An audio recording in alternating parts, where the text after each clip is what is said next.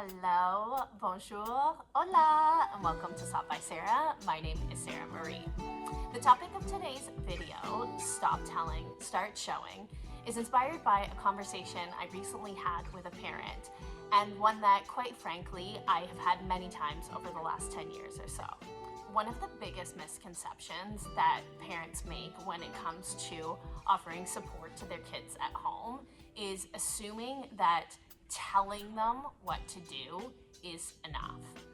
Over the last 10 years in education, I have lost count of the number of times I have heard parents say to me, "I tell my child that all the time." And while I do believe the parents who tell me this, I am often puzzled by this response. Well, if you're telling them and I'm teaching them, where's the disconnect?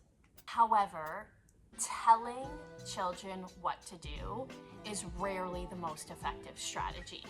In my experience, in a class of 25 students, about 5 of them might be able to perform a task simply by telling them what to do. So what to do if your child falls in the roughly 80% of the class who needs more than being told what to do? You show them what to do. And this applies whether your child is writing a paragraph for history, or solving a math problem, or studying for a test, or working on a science project. So what does this look like? Well, let's take a pretty typical at-home situation.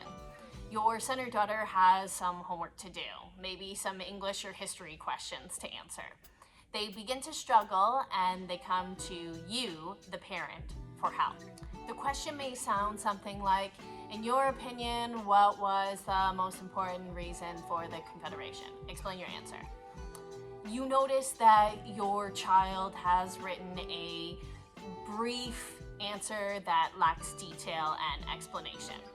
One of the best things that you can do in this situation to support your child is answer the question yourself. I mean, sitting down, taking out a piece of lined paper or perhaps a Google document and writing or typing out your answer to this question.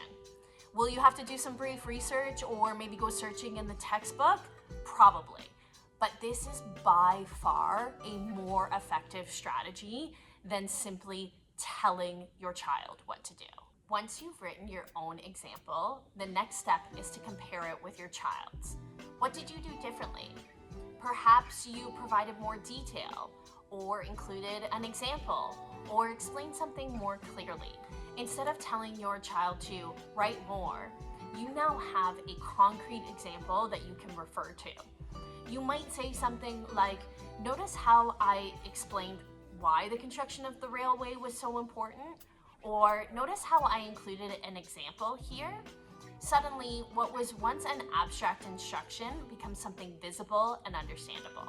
The reality is that many of the skills we ask students to demonstrate are invisible processes. As adults, we've been doing them for so long, we forget what they actually look like. We tell students to explain their answer, but many students don't know what a strong explanation looks like. By modeling the task, you're not doing the work for your child. You're making the thinking visible. You're showing them the process that strong learners use so that over time they can do it independently. In my experience, this is one of the most effective ways that parents can support learning at home. So the next time your child comes to you for help, try resisting the urge to simply tell them what to do. Instead, show them. Model the process. Make the thinking visible and give them an example to learn from. Voilà, c'est tout pour aujourd'hui. If you found this video helpful, please consider liking it and subscribing to my channel. Thank you for watching, and I'll see you in the next one. Hasta luego. Bisous. Bye.